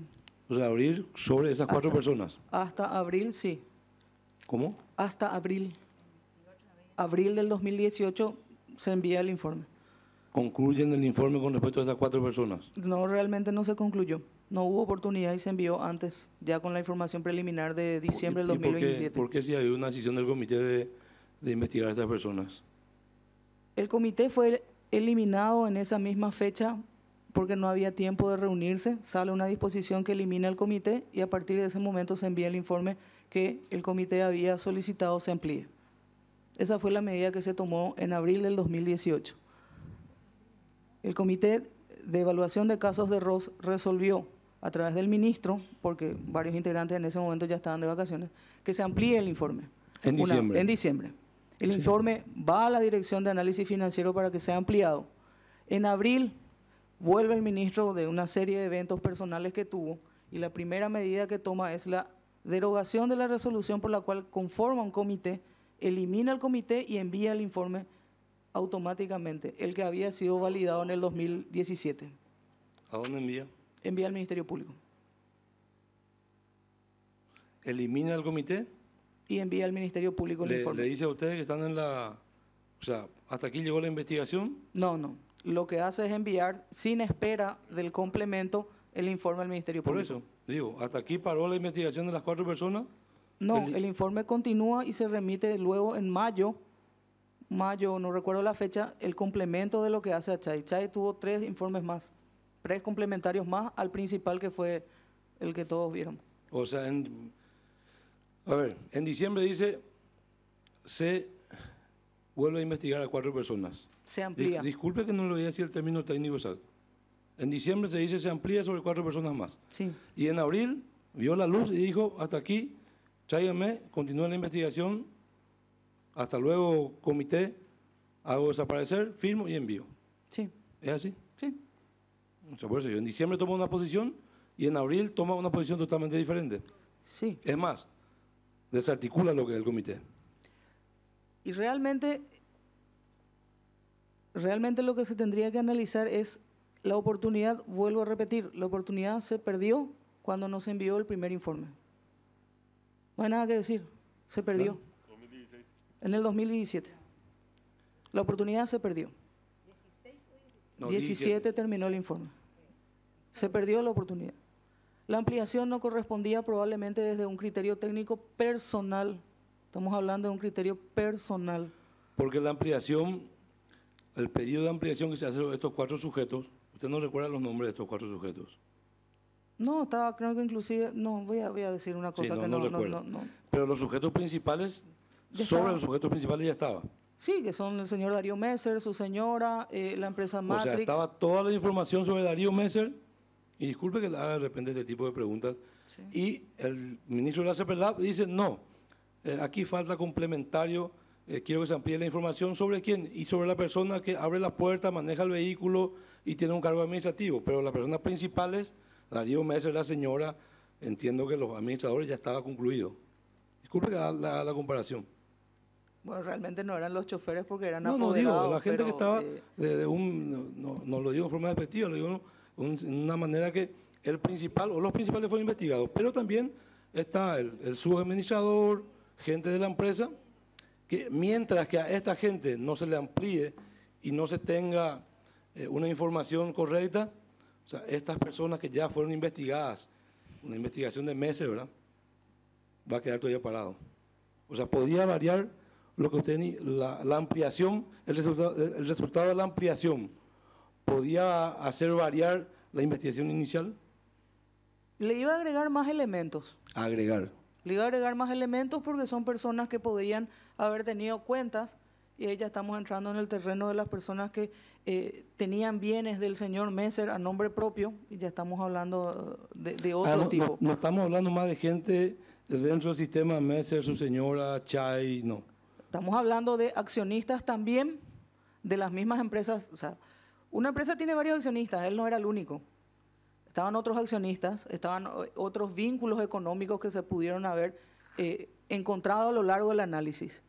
Ahora, si nosotros partimos a analizar a estas 4 personas, que de hecho después se hace y se presenta al Ministerio Público, se pudo haber determinado que esta persona era propietaria de X bienes que con su condición económica no podía ser el titular.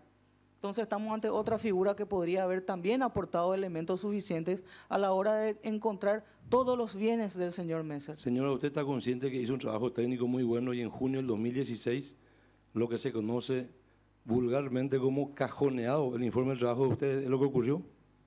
Y no sabría decirle qué fue lo que dentro de un tecnicismo de jurídica, va, viene, comisión, ampliación, desarticulo, comisión y finalmente abril del 2018 remito a Fiscalía. ¿Usted es consciente de eso? Y forma parte del trabajo, así como otros trabajos nuestros salieron ahora y otros son los que están siendo felicitados. Así que forma parte del trabajo que uno hace en la función pública porque está en la segunda o en la tercera línea. El trabajo de inteligencia de la CEPRLAB no duró 17 meses, como dijo el exministro. El trabajo de usted culminó en junio del 2017. El informe. Sí. El trabajo final, o sea, el trabajo de recolección terminó en abril, creo que dijo, del 2017. Se envió en abril y después los complementos fueron No, agregados. el trabajo técnico inicial terminó en abril, en mayo dijo, y el informe termina en junio. Sí. Pero la recolección, digamos, la investigación termina el último pedido de información, el último pedido para ir cerrando, se hizo entre marzo y abril del 2017. Con esa información, llegue o no llegue la información, porque somos entidades públicas y a veces nos tomamos más tiempo, llegó o no llegó, y con lo que llegó se cerró en junio del 2017. 2017. Sí, 2017. Pero usted continuó al frente de las investigaciones siguientes para realizar esos 2 complementarios que dijo que se envió al Ministerio Público. Sí, nosotros seguimos con los complementarios, que creo que fueron 3 más. Hasta mayo. Y también con el pedido de informe para enviar al supervisor en razón a las actividades del sujeto obligado que reportó recién en el 2015. Hubo 3 complementarios. 2 o 3 complementarios sobre ese mismo caso, donde se fue agregando datos adicionales de bienes, transacciones, etcétera. Okay. Usted dijo que en diciembre se reúne 2017 se reunió el comité. Sí. O sea, de junio a noviembre de 2017 se tomó el tiempo de asesoría jurídica para finalmente recomendar se amplíe la investigación. Lo que yo tengo a la vista, que yo remití No, digo, en junio, con lo que usted y tiene a la vista, en ¿verdad? noviembre recibo el dictamen jurídico con las Donde recomendaciones. dice hay que ampliar sobre 4 personas Así más. mismo, va al comité. En el comité realmente diciembre ya había unas cuestiones entre vacaciones, permiso, etcétera, etcétera, y bueno, se resolvió tomar el dictamen jurídico como válido. Usted entiende, igual que yo, pues tenemos uso de razón de que eso significa dilatar y continuar un proceso de investigación cuando ya el sujeto principal ha culminado la investigación. Usted y yo entendemos que eso es así. Y no puedo, o sea, yo lo que entiendo es que nosotros terminamos y nos dieron otra orden después y continuamos. Continuaron investigando. Así mismo. Ya no a sujetos principales. Sí, a los que estaban relacionados al principal. Sí, relacionados, pero ya no al sujeto principal. No, para No, que quede claro que no es ya que, estaba cerrado. para que quede claro que esto fue remitido a Asesoría Jurídica, ellos evaluaron y no pidieron una ampliación con respecto a Darío Messer o a su señora, No. a personas relacionadas, pero que no hacen parte de la investigación principal. O sea, la conclusión sobre Darío Messer ustedes la tenían en junio del 2017. Sí. Asesoría Jurídica tiene la capacidad de la evaluación técnica con respecto a una ampliación. Pregunto, disculpe que la ignorancia, Asesoría Jurídica no debería dar simplemente la forma legal del informe, o tienen la capacidad técnica ellos de evaluar, aquí le faltó este pedido puntual con respecto a esta operación del banco en tal fecha. Porque para que ellos puedan evaluar y decir que tienen que ampliar con respecto a esto, a esta persona o a estos sujetos, debería tener un equipo técnico por fuera de lo jurídico. Por eso le pregunto, ¿cuenta Asesoría Jurídica o contaba en ese momento con el personal capacitado técnicamente para dar esa opinión? No sabría decirle si tiene o no capacidad. Pero técnica. usted conoce su institución. No hay, más de 60 funcionarios ahí, o no había por lo menos cuando eso. En realidad no había más de 2 abogados en esa dirección. Tal vez una cuestión de recarga laboral también allá. De 2 abogados. Y 2 abogados. Desde su punto de vista, ¿tienen la formación técnica con respecto a puntualmente decir que hay que ampliar una investigación? Y la parte técnica tiene la Dirección de Análisis Financiero. Usted es experto en eso. Y trabajamos en eso unos 3 años y la experiencia más los cursos hacen que uno tenga ya un criterio técnico. Si yo le presento a usted un caso penal, usted me va a poder decir a esta persona hay que denunciarlo a la fiscalía o esto tipifica un delito. No, probablemente no lo va a hacer, ¿verdad? No. Es muy difícil que un abogado pueda determinar, si me dice que son 2 abogados que no tenían un equipo técnico, a no ser que hayan hecho una obra de caridad y contratar a cuenta personal propia gente capacitada como usted para decir acá hay que ampliar la investigación sobre estas personas, porque eso tiene que estar justificado. Debería, si un comité parecido al de usted le evalúa y le dice, directora, usted tiene que ampliar la investigación sobre Rodolfo, le va a decir por qué motivo. Entiendo, ¿verdad? Sí, Jorge. Una pregunta un poco, o sea, ¿se da cuenta usted, licenciada, que la pertinencia del sistema, ¿verdad? Estamos hablando de operaciones de envergadura, de gran envergadura. ¿Es razonable todo este plazo desde el momento que se hace el primer reporte de operación sospechosa y pasa por toda esa hoja de ruta a la que usted hacía referencia? ¿Qué dicen los manuales con respecto a eso? Nosotros trabajamos con una parte de la información financiera disponible. No trabajamos con la totalidad. Lamentablemente ese es el sistema hoy. Porque si nosotros vamos a analizar de que el sistema preventivo está basado en la información que el sujeto obligado le brinda a la UIF, ya tenemos medio camino aplazado. Porque el sujeto obligado es una institución que trabaja en el ámbito privado. El ámbito privado busca el lucro, no hace labor social.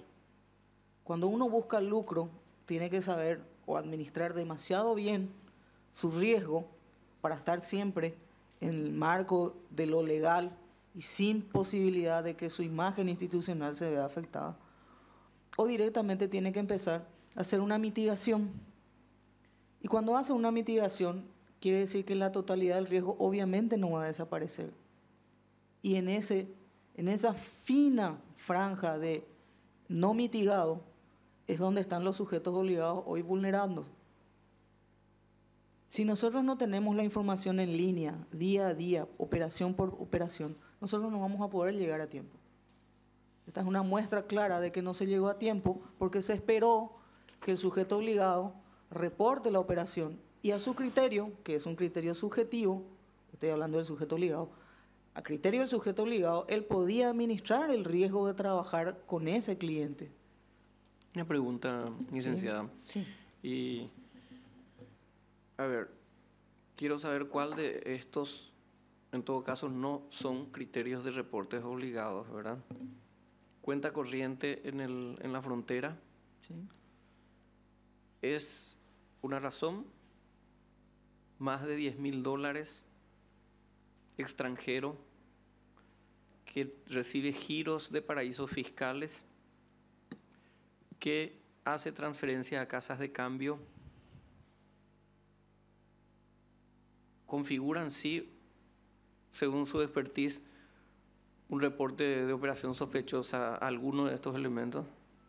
Y si no es el conjunto o la combinación de varios, obviamente que todos son causales, Todos individualmente. Individualmente son causales. Son Perfecto. causales porque entramos en la administración del riesgo del sujeto obligado. Exactamente. Una pregunta. El pedido a Brasil se hace el 20 de noviembre de octubre del 2016 y recién después a los otros países de todas las cuentas derivadas de lo que se hace en el World Check, ¿verdad? Se hace a Estados Unidos, Alemania, Suiza, Luxemburgo, Canadá, Gran Bretaña, etcétera, etcétera, etcétera. Sí.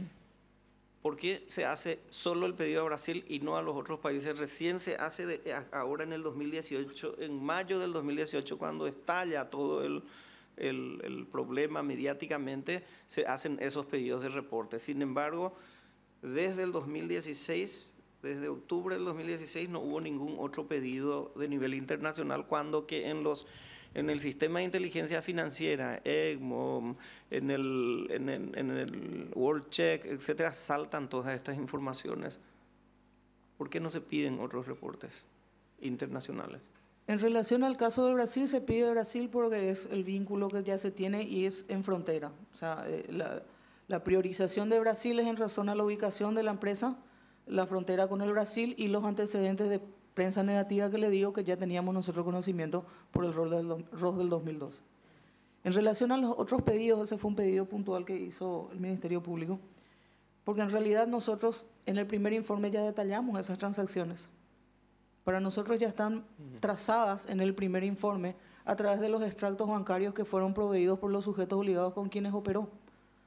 Si nosotros hacemos el requerimiento a Alemania, Estados Unidos, Luxemburgo y a todos los países, es porque nosotros ya visualizamos que allí hubo el movimiento de transferencia de dinero, tanto para la parte de envío como para la parte de la recepción.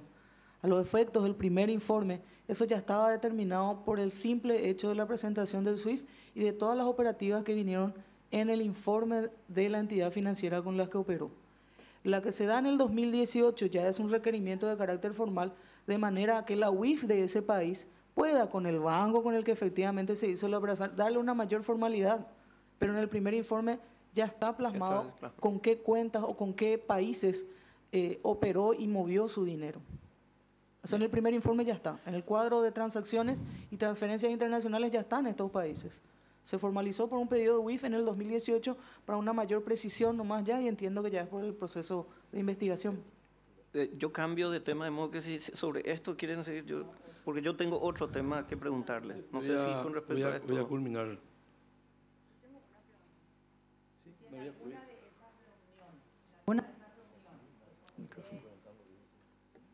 Yo le escucho igual. Bueno, si en alguna de esas reuniones del comité con asesoría jurídica, con presencia del ministro, en algún momento alguien de esas personas mencionó la amistad del señor Messer con el presidente de la República, mencionó alguna orden superior, dio a entender, usted entendió algo en alguna de esas reuniones de por qué la posible dilatación del tema, o nunca se mencionó nada? En el informe consta la vinculación del presidente de la República. En el informe remitido en junio del 2016. En el informe de junio del 2017 consta… Perdón, 2017. Si no, la fecha para nosotros, por eso nomás le insisto. El mismo informe que hoy está en poder, o sea, que firmó el ministro Boyanich en abril del 2018. El informe del 2017 que enviamos al Ministerio Público en abril del 2018 incluye la observación de que el señor Darío Messer es una persona vinculada al presidente en ese entonces de la República, el señor Horacio Cartes. Pero no independientemente, sí. Independientemente a que el informe mencione, ¿se habló en esa reunión? ¿Alguien habló? Mira que este es el amigo del presidente, hay una orden del presidente o de algún otro funcionario. De hecho que se menciona, en realidad los casos tienen en los informes técnicos alrededor de 30 o 40, depende de la cantidad de información, porque tiene primero un informe de inteligencia que es un informe ejecutivo y atrás vienen todos los anexos, que es plasmar toda la información que se analizó. Pues suelen tener 50 páginas, depende mucho del caso. Y cuando se hace la presentación al comité, lo que se hace es una presentación reducida y se presentan los hallazgos más importantes. En ese momento de la presentación, en realidad, lo que se conversa es cuáles fueron los elementos más importantes. Si el presidente de la República era amigo o en algún momento tenía una vinculación cercana, y sí, se conversó. Parte del informe que refiere a que el presidente de la República en ese momento, Horacio Cartes, se hizo mención con respecto a él, fue solamente con respecto a que es amigo del señor Messer. Y nosotros nos basamos en la información que tenemos. Y en el informe nosotros tenemos que tiene una vinculación personal con el señor Darío Messer. Otras cuestiones no se analizaron, por eso le digo, si hablamos del señor Darío Messer, él tenía las prensas, tenía toda la información relacionada a él. En esa información que se recabó, decía que era una persona ligada al presidente de la República, el señor Horacio Cartes, forma parte del informe que se envió al Ministerio Público y es todo lo que en algún momento se trató.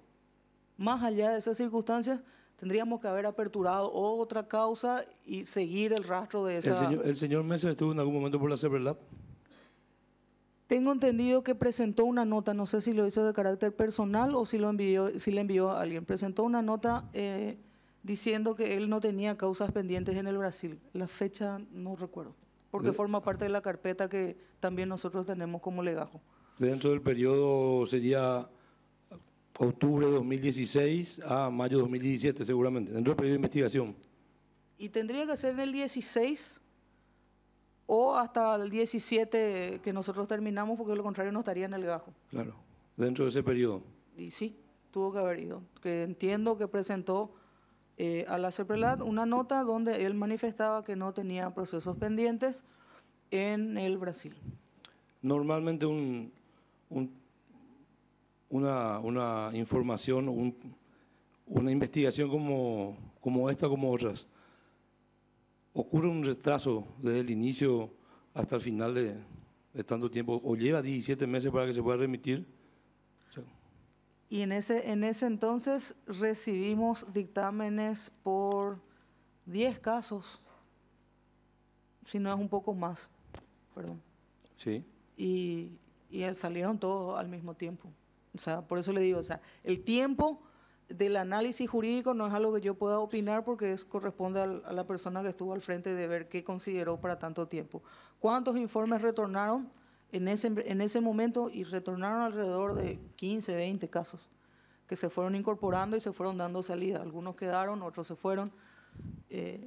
Cuando se hace un informe, se envía uno preliminar, después se va haciendo un complementario. Hay veces que la Fiscalía de por sí no entendió el informe y nos envía para que no encontraron los méritos, como le dicen, y nosotros lo tenemos que desechar y lo tenemos ahí, lo volvemos a ampliar. O sea, los tiempos son muy variables. El exministro de la CEPRELAD, Boyanich, dijo hace una semana atrás que él tuvo un problema físico, una operación, y o un reposo médico, se levanta o sale de su reposo médico y hace un esfuerzo casi sobrehumano para venir a firmar y poder remitir ese informe final al Ministerio Público. Sin embargo, lo que usted nos dice es que lo que hizo el exministro es venir a la oficina, desarticular el comité y enviar ya el informe en estado que se encontraba en ese momento.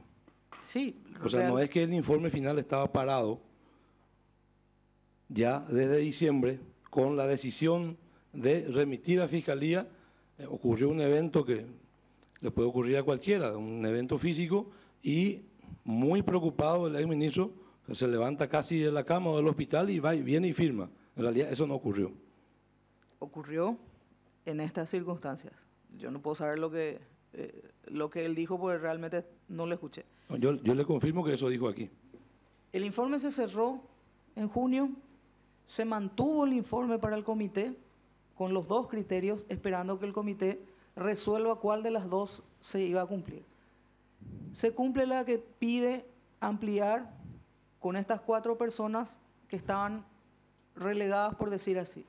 Se inicia el proceso de ampliación de ese caso. El informe presentado al comité del 27 de diciembre se mantiene inalterable. Lo que iba a hacer es complementar. Al incorporarse el ministro, en abril, recuerdo, debe llamar de vuelta conforme a las normas que nosotros tenemos al comité. Ese es el procedimiento interno. O sea, si claro, uno va a enviar... pero no estaba concluido todavía en abril. Lo que pidió inicialmente el comité aún no estaba concluido. No estaba cumplido. Entonces, por eso para poder... Tiene un cambio de criterio el ministro desde diciembre, donde dice, optamos por opción freezer, y en abril opta por lo que técnicamente ustedes ya culminaron en junio del 2017. Y tendría que verse por qué cambió de criterio. Pero sí, lo pero primero hubo un que cambio de hace criterio. es, antes sin que llamar... Sin evaluar el por qué, hubo un cambio de criterio. Y hay que ver por qué cambió de criterio. Lo único que yo tengo a la vista, de vuelta, es que se incorporó, hay que enviar los reportes, hay que llamar a un comité. Es una pérdida de tiempo en este momento en donde ya las cosas van yendo a la finalización de un periodo de gobierno, enviemos. Entonces levantamos el comité y enviamos. No está completo el informe, y se envía el que se quedó pendiente en el 2017. Esa es la relación de hechos que yo tengo. Una pregunta, porque me resulta extraño que dentro de una unidad técnica de alto nivel como el suyo, ¿verdad?, como la dirección a su cargo, ¿verdad?, entre a consideración las vinculaciones o amistosas o de relacionamiento, etcétera, para la consideración de un caso de lavado de dinero. ¿Eso es habitual?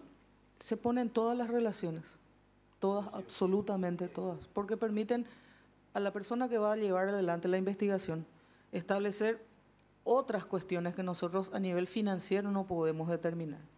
Nosotros hacemos las cuestiones, nosotros llevamos adelante los relacionamientos financieros, movimiento de dinero, adquisición de bienes, venta de bienes, transferencia para adquisición por importación de otros bienes. Pero cuando la información también, al recabar, viene adicionalmente una vinculación de amistad, una vinculación familiar, una vinculación de negocios, también se plasma en el informe. Porque puede ser que nosotros no estemos determinando o no estemos pudiendo visualizar por movimiento financiero otro tipo de vinculación. Y con otros elementos la Fiscalía bien podría encontrar esa vinculación. En el caso, por ejemplo, de las personas que tienen a su nombre bienes de otros, no me está viniendo ahora el nombre técnico, pero esa es la realidad. Cuando Testaferrato, ahí está. Nosotros no tenemos ningún tipo de vinculación, no hay necesidad de investigar porque no son familia, no son cercanos, no viven juntos. ¿Cuál es la opción para ir a investigar de los bienes de esa persona? Porque encontramos un vínculo de amistad, de negocios. Perfecto. Y entonces eso es lo que... Licenciada, una pregunta. Entre el 2014 y el 2018, ¿se recibe un ROS, un reporte de operación sospechosa de Casa de Bolsa Puente a la CEPRELAT? De Puente recuerdo sí, que se recibió reportes en varias circunstancias, En relación a En relación a tema, este caso estamos... este vino después, ya cuando estaba, ya fue publicado por ABC, etcétera, etcétera. Salvo que me falle la memoria, sobre este caso en particular, solamente se incorporó después de que el caso ya fue aperturado, remitido al Ministerio Público y publicitado por todos los medios. Y al ser un sujeto obligado, tenía acceso a todas estas informaciones de diligencia debida. Debida Creo que se diligencia. denomina debida diligencia para identificación del cliente y para una operación bursátil. Si todos los sujetos obligados tienen más o menos las mismas obligaciones en cuanto a la identificación de su cliente. Lo que cambia es la forma de identificación porque eso depende del tipo de negocio del sujeto obligado. La 349, que es la que rige hoy para el sistema financiero, no le afecta a Casa de Bolsa. Ellos tienen otra reglamentación, pero también tiene un proceso de debida diligencia, también tiene unas cuestiones relacionadas a las transacciones que hacen de cómo tienen que verificar.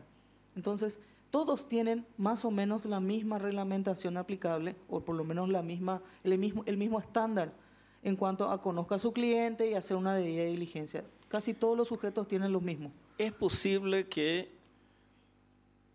porque las operaciones bursátiles con Casa de Bolsa Puente se hicieron ya con anterioridad a esto, al final de esta historia de lo que estamos hablando de los reportes del Banco de Fomento, ¿verdad?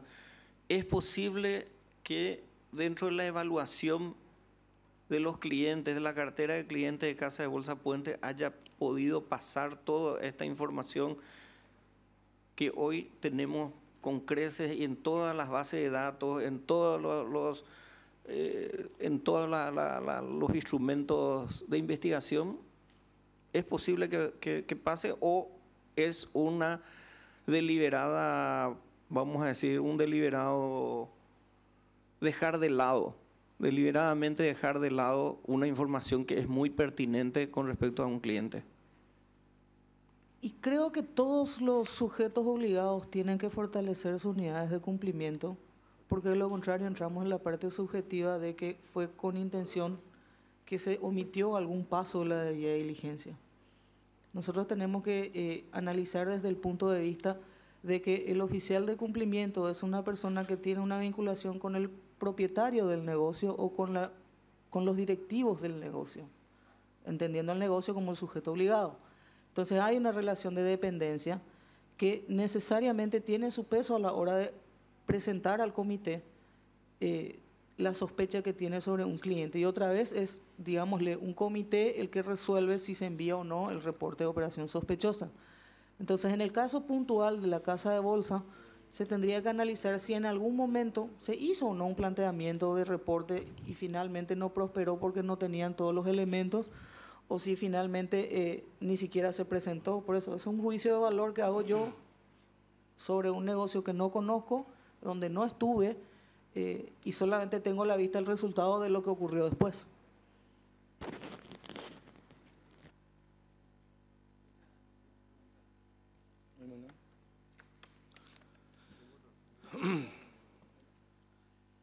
Le agradecemos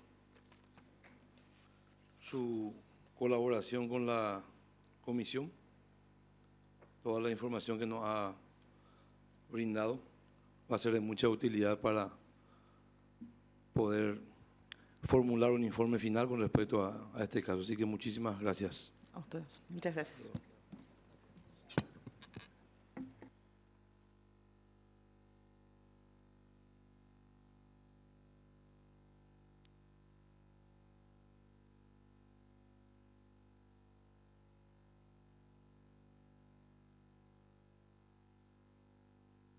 Vamos a hacer un pequeño receso de 5 minutos para convocarlo a la siguiente persona que va a comparecer.